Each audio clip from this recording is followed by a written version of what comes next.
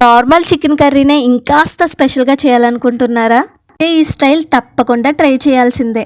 కర్బూజా సీడ్స్, కాజు, గసగసాలు, ఉల్లిపాయలు, పచ్చిమిరకాయలు ఇవన్నీ మెత్తగా మిక్సీ పట్టాలి.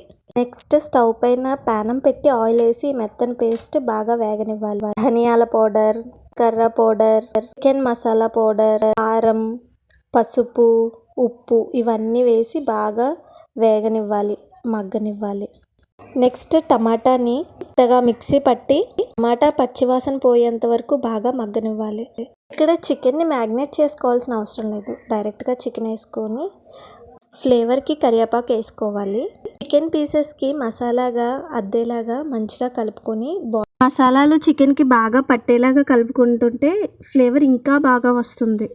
చికెన్ బాగా ఉడికే కొద్దీ గ్రేవీ కూడా చిక్కగా రుచిగా మారుతుంది. ములక్కాడ వేసి ఇదిగో చికెన్ కర్రీ రెడీ. వేడి వేడి అన్నంలో తింటే చాలా బాగుంటుంది. ఎలా వచ్చిందో కామెంట్ చేసి చెప్పేయండి.